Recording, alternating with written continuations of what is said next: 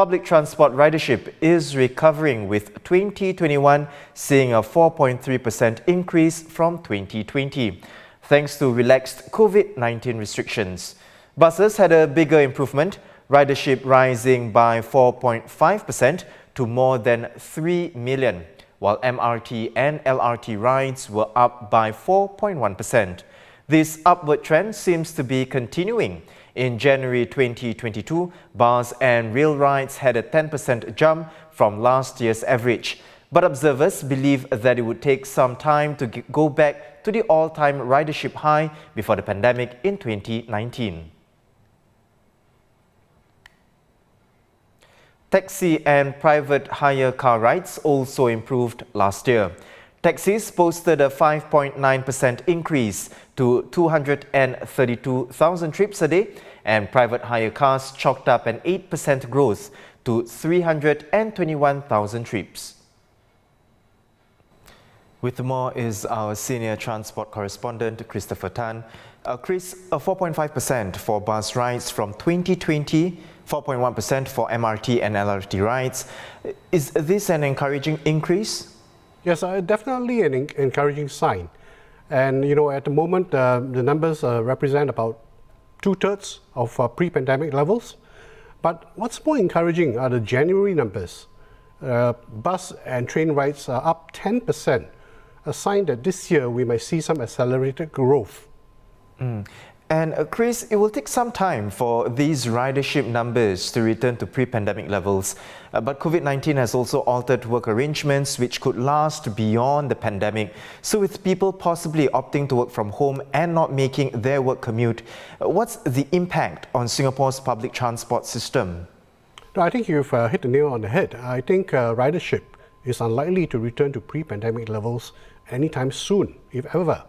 With hybrid work arrangements and unknowns like maybe another virus variant, there's a lot of uncertainty. The short answer, in my opinion, would be that PT, public transport, will be underused, as you said.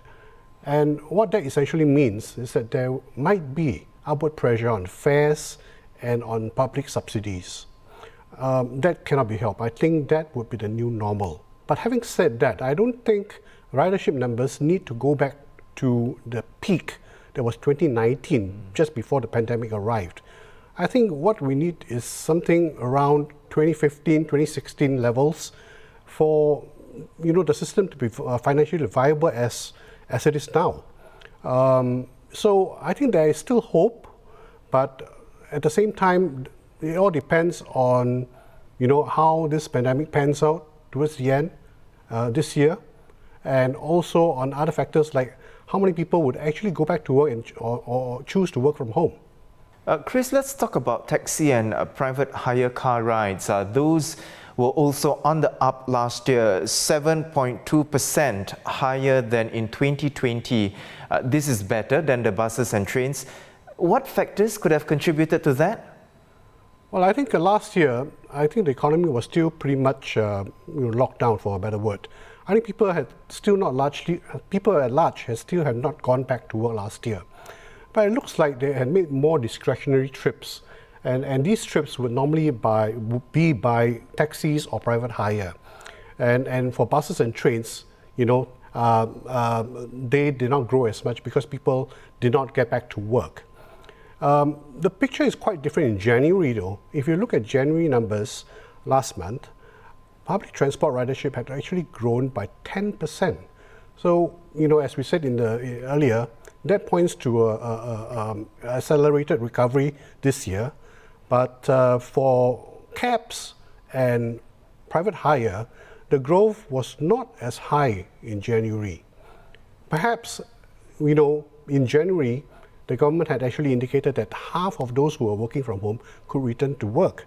And I think many took the cue to get back to work. And if you go to work, normally you would take buses and trains more than cabs and private hire.